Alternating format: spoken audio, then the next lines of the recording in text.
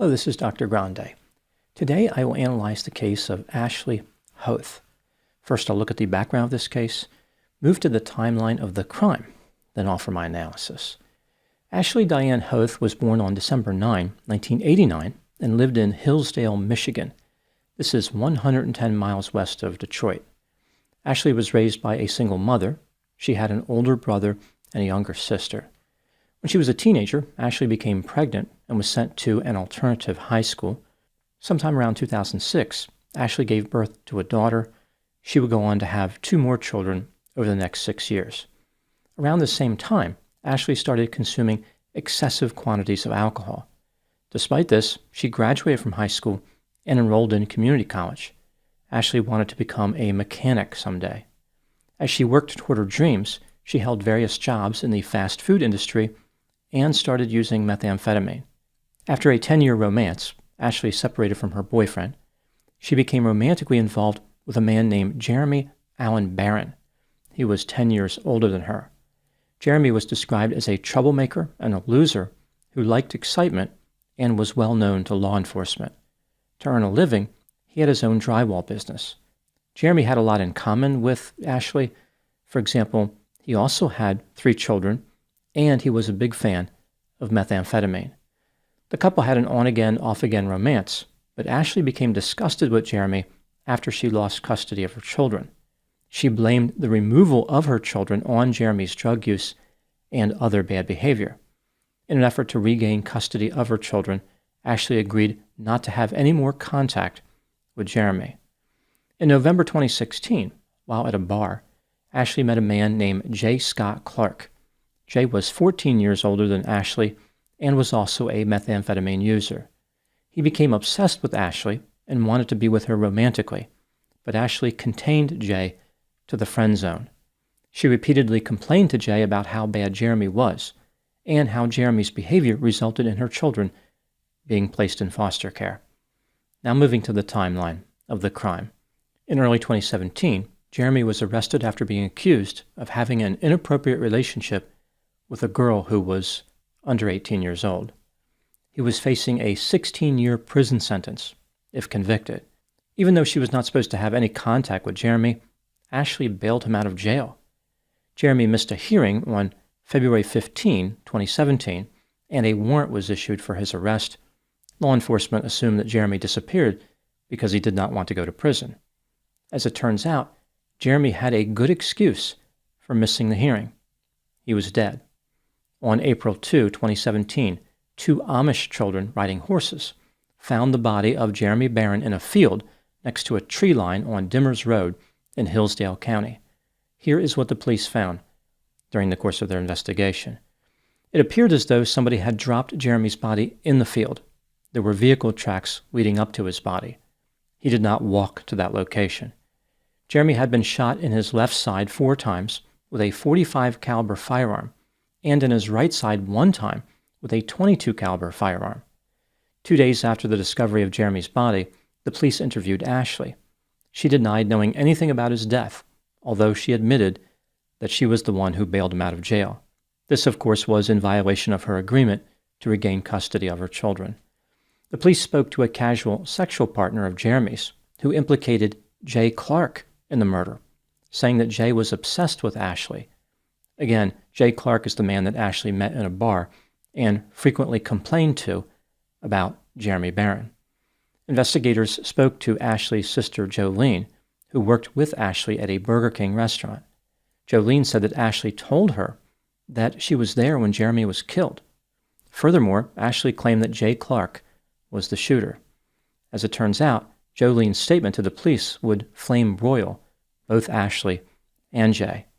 On April 9, 2017, the police interviewed Ashley for a second time.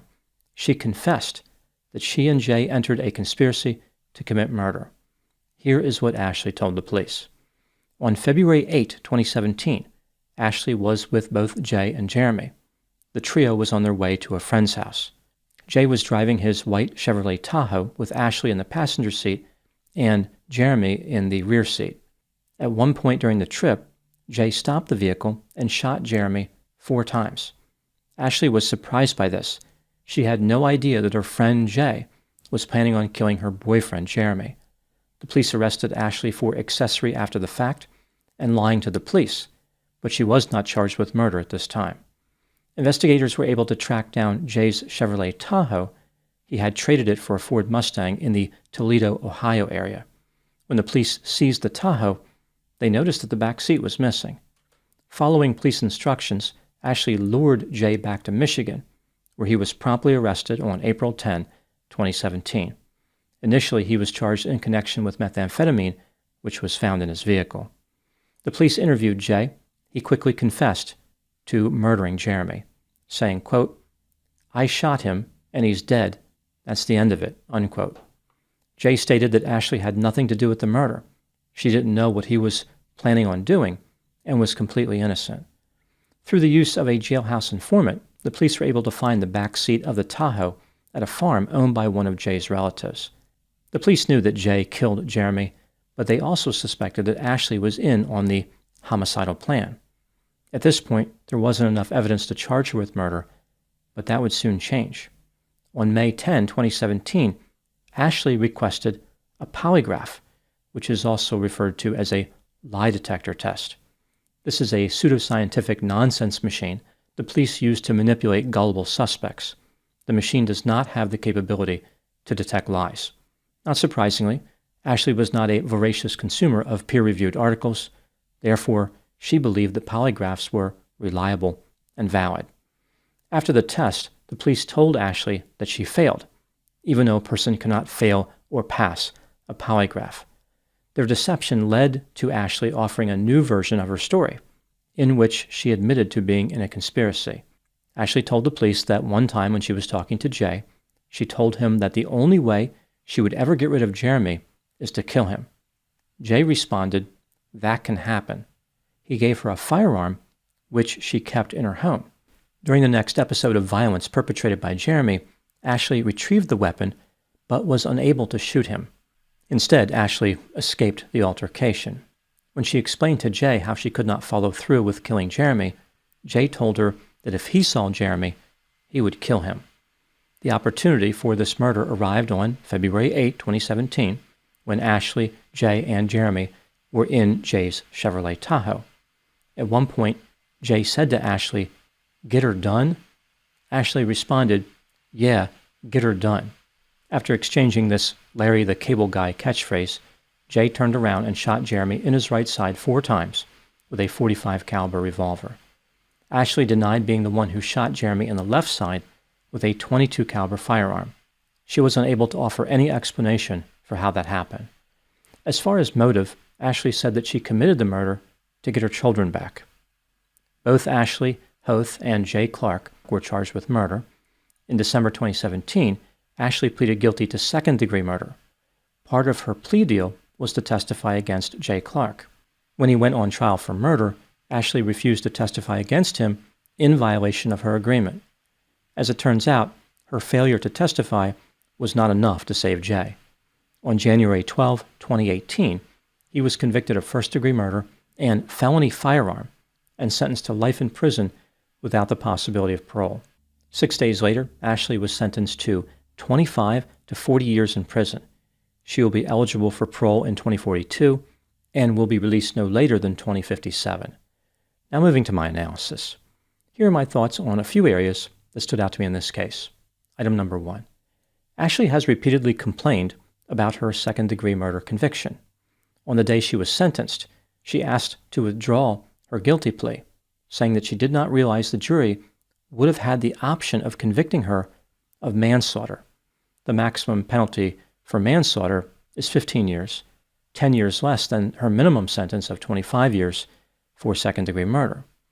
What Ashley seems to forget is how the jury could have gone in the other direction and convicted her of first-degree murder. Then she would have faced life in prison without the possibility of parole. The foundation for Ashley's appeal was that she only confessed because she wanted to get out of the interrogation room. She had been there for 4 hours and was tired. Ashley's appeal was denied. Item number 2. Court records indicate that both Ashley and her lover, Jeremy, had a long history of bad behavior. Just a few examples. Ashley had been charged with domestic violence. regularly used methamphetamine and would leave her children home unsupervised. In 2016, Ashley's middle child, who was 6 years old at the time, almost drowned in a lake behind Jeremy's house because Ashley was asleep. During another incident in 2016, Ashley tried to run a person over with her vehicle while her children were in the vehicle with her. Jeremy, of course, was no angel either. One time he smashed the rearview mirror of Ashley's vehicle when her 3 children were inside. On another occasion, Jeremy attempted to strangle Ashley, threw her into a street, and slammed her against a vehicle. 2 of her children witnessed this attack. As I mentioned earlier, at the time when Jeremy was murdered, he was facing up to 16 years in prison for an inappropriate relationship. Item number 3, Jeremy was such a hardened criminal that when his body was found, the police had many potential suspects. The father of Jeremy's most recent alleged victim flat out told the police that he wanted to kill Jeremy, but he denied doing it. He was eventually cleared as a potential suspect. Jeremy's rough lifestyle, combined with the lack of evidence, meant that the chances of his murder being solved were pretty low. There's the sense that finding his killer may not have been a top priority for law enforcement. Some people viewed his death as consistent with his bad choices. Others went a step further, implying that Jeremy had it coming. The world was a better place without him. If Ashley and Jay never told anybody that they killed Jeremy, they would have never been arrested. The media was not going to give any meaningful attention to this case. There was not going to be a public outcry for justice. No large rewards would be offered for information about the murder. Many people were happy with Jeremy being gone, and it did not matter to them how he left this world or who facilitated his exit. Ashley and Jay talked themselves directly into prison. This brings me to item number 4. What do I think happened in this case? This is just a theory, my opinion. The 3 main players in this story, Ashley, Jeremy, and Jay, were self-centered, manipulative, impulsive, irresponsible, cold, callous, and used an excessive quantity of substances. Jay said that when he committed the murder, he was under the influence of methamphetamine and alcohol. Looking at Ashley specifically, she lived a chaotic lifestyle based on substances and her tumultuous relationship with Jeremy. She stated that she was attracted to Jeremy because he was handsome, very romantic, and had knowledge of the world. He was a terrifying individual, but that made her feel safe. If he frightened her, that meant he frightened others as well. Ashley believed this was a positive trait, like Jeremy would protect her from danger. She repeatedly complained about Jeremy, but at the same time kept inviting him back into her life. Ashley even bailed him out of jail so they could spend time together. Not long after this, she changed her mind about Jeremy and wanted him dead. The only problem was she did not want to kill him alone. Ashley was an extremely manipulative individual and had a good deal of power over desperate men. When she met Jay Clark, she knew that she could easily manipulate him. He was unattractive and overweight.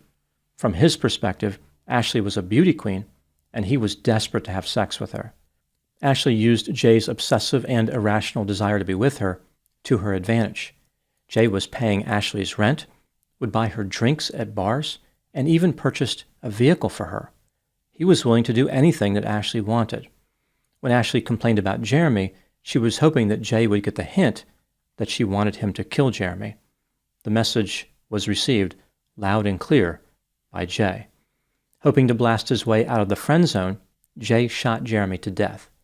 Afterward, Ashley used a different weapon and shot Jeremy herself, although she will never admit that. When they were confronted by the police, Ashley and Jay were desperate to solve their immediate concerns by confessing. Ashley confessed, somehow believing that Jay would take the fall and she would be left relatively unscathed. Jay confessed, hoping to win Ashley's undying affection, a plan that really didn't make any sense considering the penalty for murder. He must have known that he was going to prison for the rest of his life. Both individuals now regret ever talking to anyone, but their fates have been sealed. They will have many years to contemplate their drug-fueled and romance-inspired decisions. Those are my thoughts on the case of Ashley Hoath. Thank you so much for watching. I'll talk to you soon. Just a reminder that I have over 300 pre-release videos on my Patreon account, these videos are of the same quality as the videos that I release to the public. When I put a video in pre-release status, it usually stays there for a few months, if not a year.